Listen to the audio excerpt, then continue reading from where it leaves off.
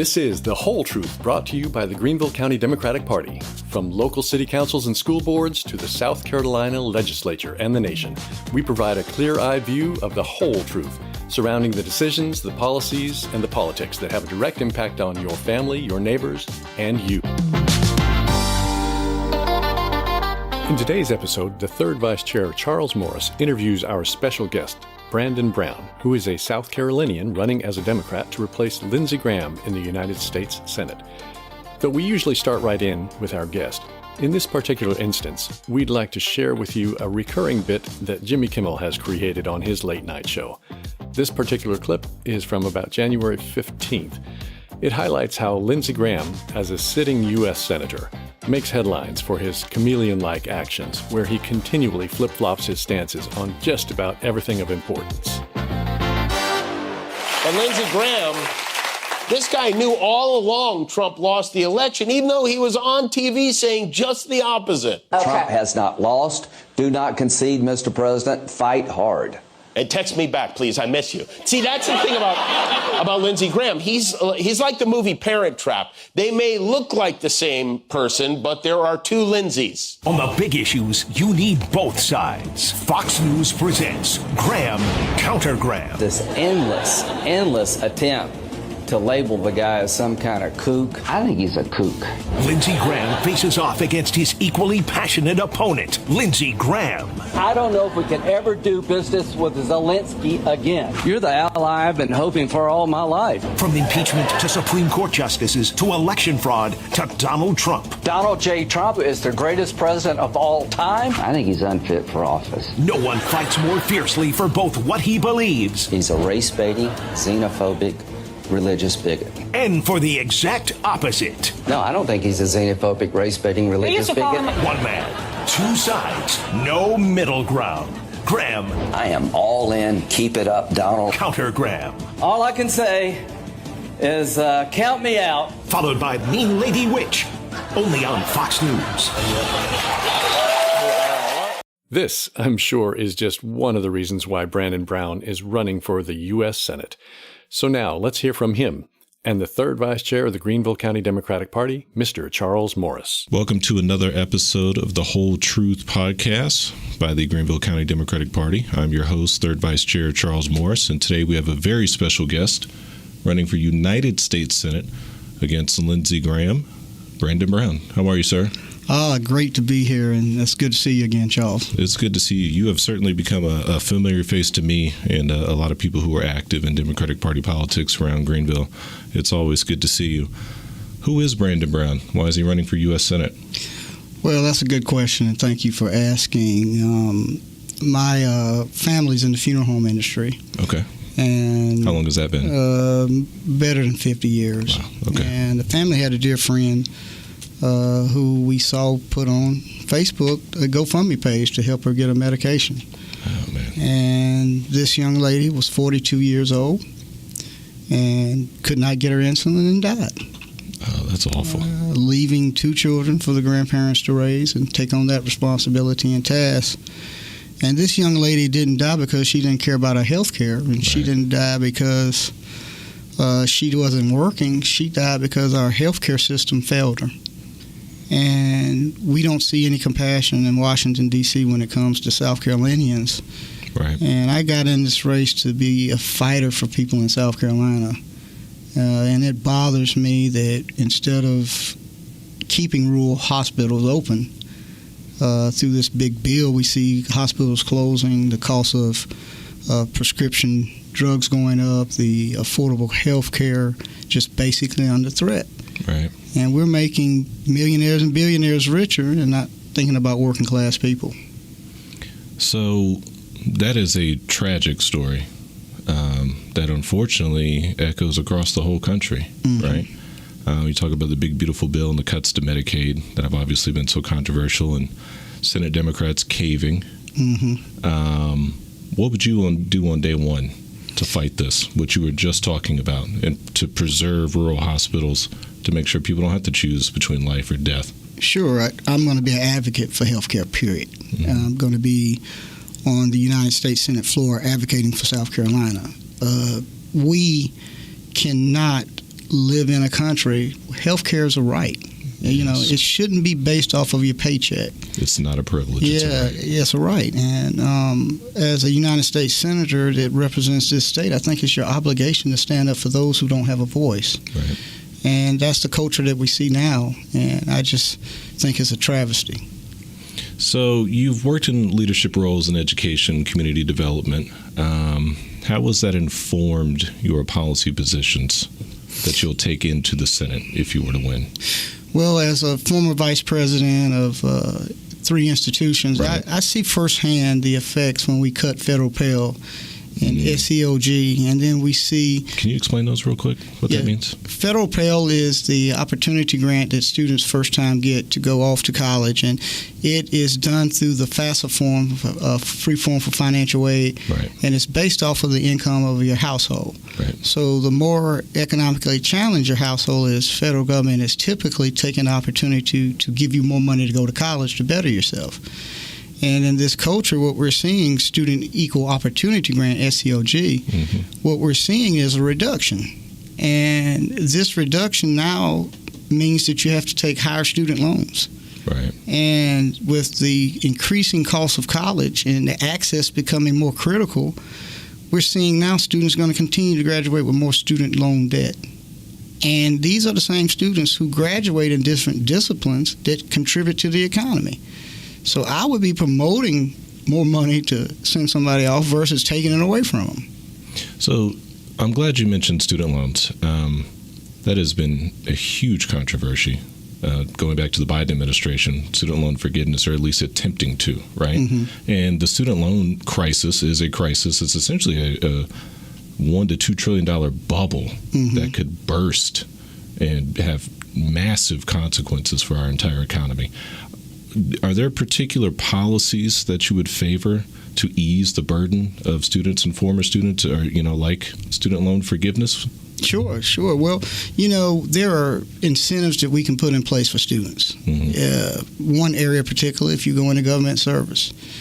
If you go into government service and you work to provide service for the government, and you've spent more than 5 years, there should be some pathway that we could forgive some loans. Okay. If you go into rural communities, particularly teachers, and you teach in places like Allendale, Fairfax, or either Williamsburg County, these are what we consider to be the poor counties in the state when it comes to funding education, there could be a pathway.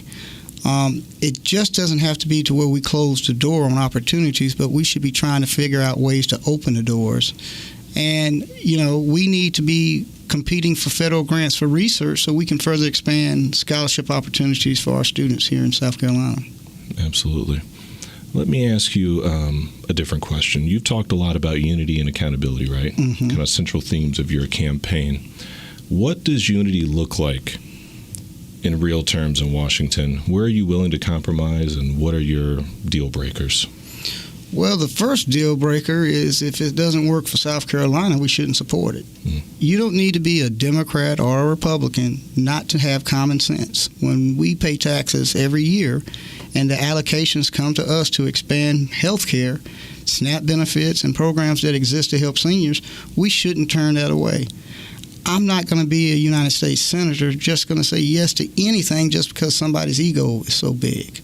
We need to pivot back, like Fritz Hollins and Strom Thurmond did, that they fought for South Carolina. And what we're seeing now is a culture of we're so divided that we can't even shake hands. And so it shouldn't be about the past, but it should be about the future. We've done so much to move this country forward. Now people are trying to take us back. And so I'm going to be an advocate for taking us to the future. So what are the biggest issues facing South Carolina? Obviously, South Carolina, you got to think Lindsey Graham's been in Washington, D.C. for 30 years. 30 years. And he's entrenched. Yes. And what does that 30 years look like? We rank in the bottom tier among health care. We rank in the bottom tier among education. And we rank in the bottom tier among transportation and infrastructure.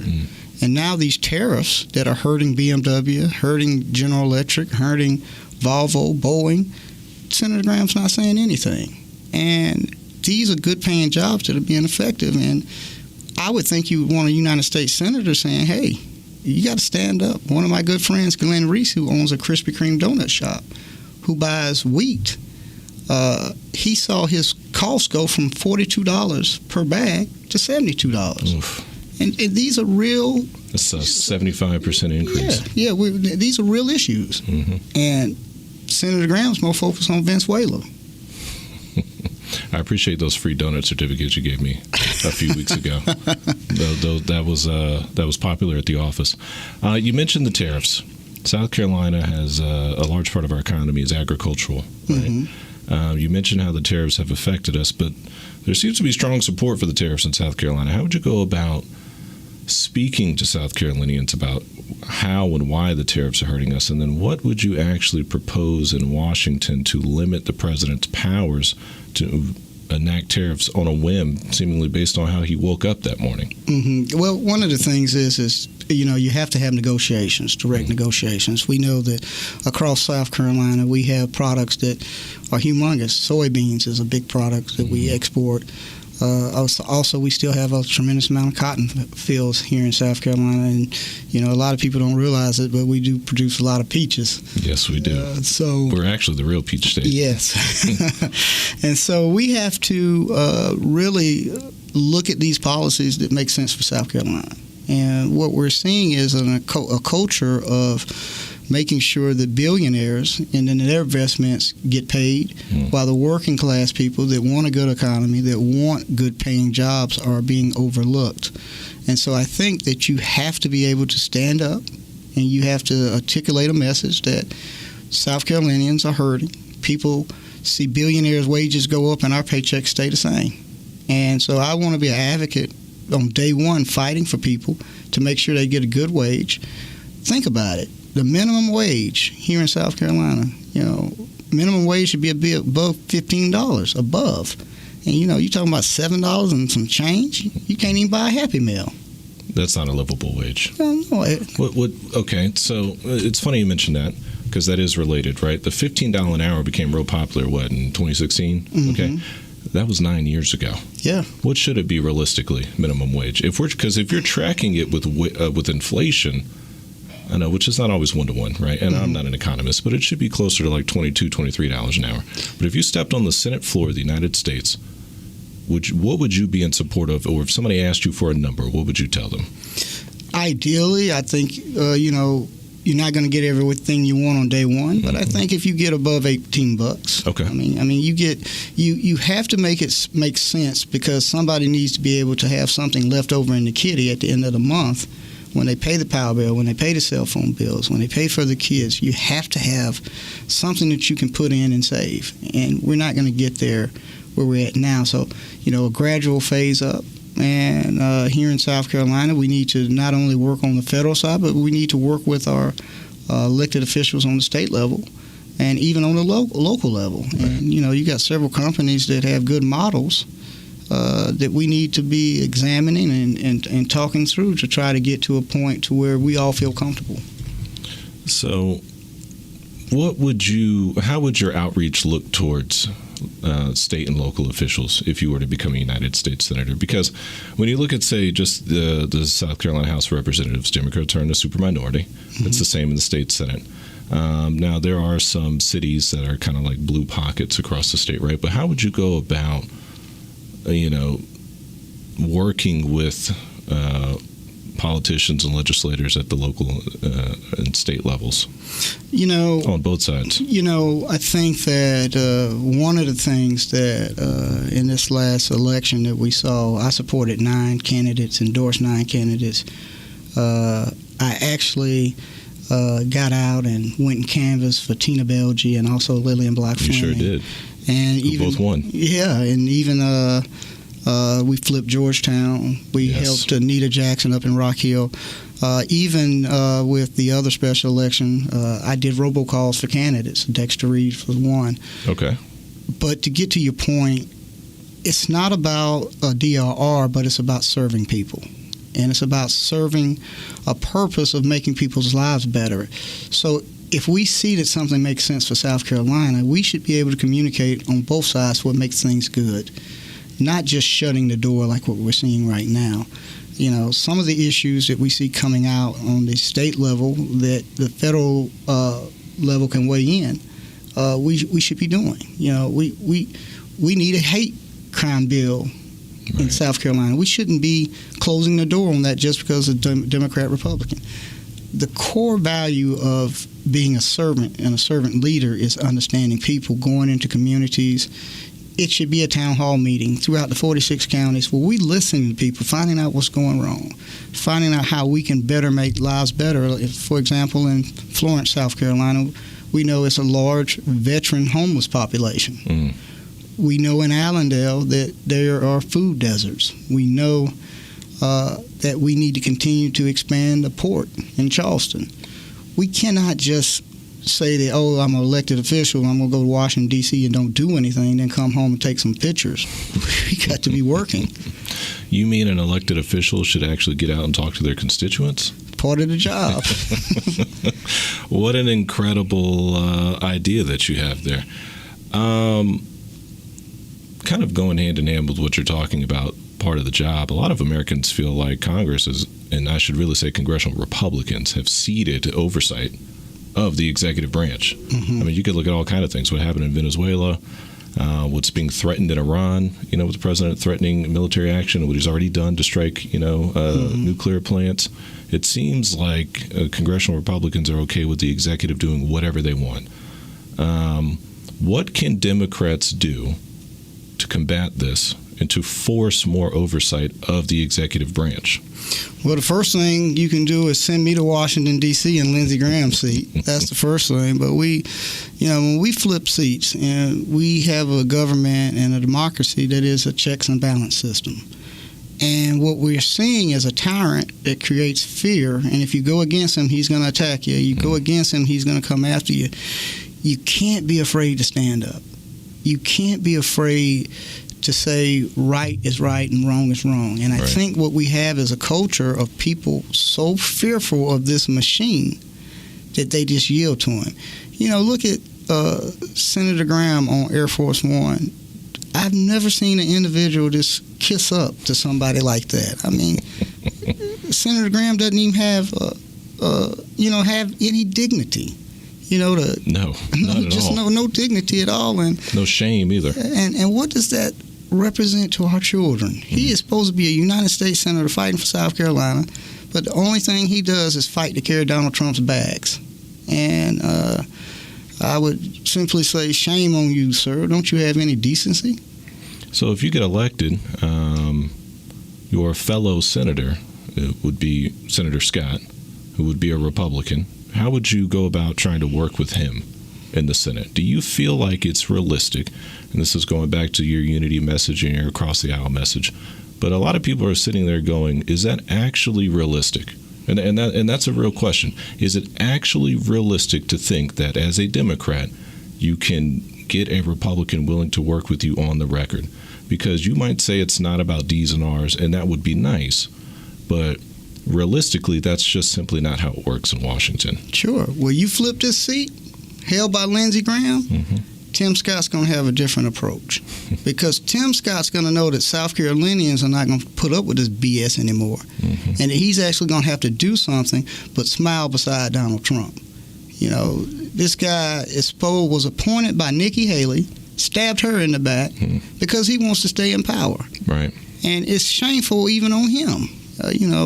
He doesn't come to the communities that I've seen. He only goes to where the wealthy communities across South Carolina is. And we need somebody to hold him accountable, too. And if you have a junior senator who's going to be saying, hey, Mr. Scott, you ain't been over here. Hey, Mr. Scott, you ain't been fighting for these folks. That's what it takes on both sides. Fritz Hollins and Strom Thurmond, even though they were different parties, they still found common ground. And that's because they put South Carolinians first, not a president. So to piggyback off of that, not only do you have to work with Senator Scott and other Republicans, you're also obviously going to have to work with the rest of the Democratic caucus, right? The minority caucus and Democratic leadership. Where do you feel like you align with current Democratic leadership in the Senate, and where do you differ? Because current Democratic leadership in both houses of Congress is pretty controversial among people who identify as Democrats, right? Mm-hmm. You know that as well as I do. So where do you think you would align with, say, Senator Schumer, and where do you think you would differ? Well, the thing about new leadership is that we're seeing an aging population of current leadership, and you're seeing new generations come up and come about. I think Senator Schumer has done his part, but I think it's time for new blood. And I think it's time for us not just to go there with the same playbook that hasn't worked. It's time to get some new ideas, and I'm going to be bringing the wishes of the people with me, and not just the institution of what we see as the career politicians that's been there forever. But we're going to be working hard for the people to take their message if this is what they want. So it will be where we'll be working together, but you'll have a person who has an independent thought and an independent task, and the first task is to represent South Carolina. So I just want to clarify, are you saying that if you were elected, that you would not support Senator Schumer as to continue being the minority leader? I think if I was elected, certainly I would look at the current electorate, and I would make a determination based on what I felt is best for South Carolina. Okay, I think that's fair. Going back to Iran and Venezuela real quick. So a war powers resolution has come up in the Senate recently. To limit the president's ability to continue action in Venezuela and to take action in Iran. Do you have a stance on that vote? I think that we must focus on, unfortunately, the State Department has a puppet there working too. So, I mean, my mother had a heavy hand and she wasn't a tennis player, but, we need somebody smacking common sense into these people. We can't just be arrogant and think that we have a king in the White House, and the king men cannot just be United States senators or people in the House of Representatives. So what we have to do is we have to look at our allies within NATO who are ticking off. We have to look at making sure the State Department is practicing real diplomacy, not just Donald Trump diplomacy. And so I would be one of the people that would be engaging to say what is right globally that doesn't hurt America, but make sure America holds the same values that we believe. And this whole notion of just taking stuff from people, that's not American. Right. So you mean going into foreign countries in the dead of night and kidnapping presidents, however terrible they may be, is probably not the best course of action? Well, you remember they came and got Jesus at night. Not to say before Pilate. not to say the president of Venezuela was Jesus, but what I'm saying, evil happens at night. And it's just it's a travesty to see what we have with this senator up in Washington D.C., Lindsey Graham. So on a similar note, domestically, probably the hottest topic right now is immigration enforcement and the militarization of ICE. Massive increase in their budget from the big, beautiful bill that we talked about earlier when it came to health care, right? Another consequence of that bill was just a colossal increase in the ICE budget to make it bigger than most countries' military budgets. And we've got them running around almost acting as like a personal military force for Trump, and we've seen what's happened in Venezuela. What are your views on how Congress can rein in ICE, or do you feel like that is even what we should be doing?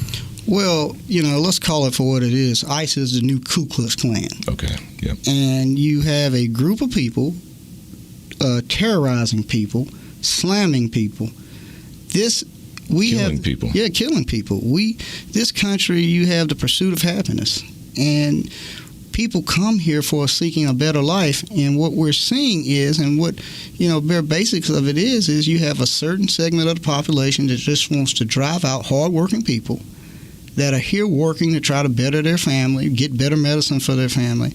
And so as a United States Senator, I will stand up for these immigrants that are trying to seek a better life. And it is inhumane to see how these people are being treated. And uneducated people that's not have gone through military training, not gone through police training, are calling themselves this ICE institution that can go into communities and have a blanket ability to do whatever they want. Right. That is as un-American as anything we've ever seen. And now we see the president's deputy chief of staff, Stephen Miller, going on the news and saying that they have federal immunity and that they should now not allow leftist agitators to get in the way of their work. And so that's what we have to start doing. We have to stop allowing people to define who we are. We have to stand up and say, you call yourself a Christian, but I don't know what Bible you read. They don't read the same Bible I read, because the same Bible I read says you should love thy neighbor, not attack your neighbor. And when I see some of these folks and some of their statements, you know, this cop had the opportunity to shoot a tire. This cop had the opportunity to step away. But what did he do? He killed a lady. He stepped in front of the car and then killed her. Yeah. And then you have people trying to justify that. I mean, you know, it is a very all-time low when one segment of our institution called the United States of America just wants to control every aspect of everybody's life and not really let freedom ring. My last question on that, there's been several Democratic senators that have gone on the record and say they don't support using reconciliation to rein in ICE. Would you be willing to call out fellow members of the Democratic caucus and say you don't agree with that? Well, I don't agree with ICE, period. And, you know, obviously, I believe that every elected official has the right to express what they believe, but I'm going to be standing for people. I'm going to be standing for those people that don't have a voice. You can't say that we are a nation of immigrants, but you only want a handful of immigrants from a handful of different countries. We embrace people to come to here to do the right thing. And for elected officials to be working in Washington, D.C., not standing up is not the philosophy I would take. I mean, I couldn't agree with you more because, I mean, it's the old adage, give me you're tired, you're hungry, you're poor, you're huddled masses yearning to breathe free. That was what built America. Sure. And we truly are a nation of immigrants. We were founded by immigrants who were originally colonists, right? Yeah. And Ellis Island, the flow of immigrants into this country in Ellis Island and then on the West Coast is what built America and what made us truly great. Right, and turning our back on that principle is turning our back on what it is to be American. Sure. In my opinion, I don't want to speak. I'm not speaking for you. I mean, but you're right. We shouldn't be the United States of conquerors, but we should be the United States of embracing human rights and letting people pursue the happiness of being with their families, having the ability to grow. You know, we're a capitalist country. People want to make money. That's great. But it shouldn't be to where we're closing the door where people don't have those opportunities. Right. Well, the last thing I'll ask you, what is your message to South Carolinians, and why should they vote for you in the coming primary and in the general election after? Well, I'm Brandon Brown. I've been vice president of 3 HBCUs. I understand education. I've been the chief deputy tax commissioner in Chatham County, so I understand taxes. I understand how government works. And I've owned 2 small businesses, the funeral home industry. So I understand what a small business person goes through in the plight, paying payroll, meeting the taxes. I understand everyday working class people want honor and dignity. They want a democracy that works. I'm going to be fighting for South Carolinians every day. Every day I'm going to be fighting for people who just want a good paycheck to take care of their parents, to take care of their grandparents. I'm going to ask people for 3 things. Running for state office is challenging. You have to go everywhere, be everywhere. So a lot of miles. Yeah, so I'm going to ask people to pray for me. Go to my website, brandonpbrown.com. We'll be rolling out some of our policies on February 1st for you to further read about, including my plan for housing across the state of South Carolina. Okay.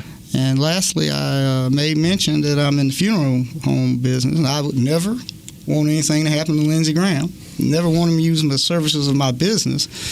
But I'm going to ask you to help me bury his political career. Mr. Brown, thank you for joining us today, Thank sir. you. Thank you. All right.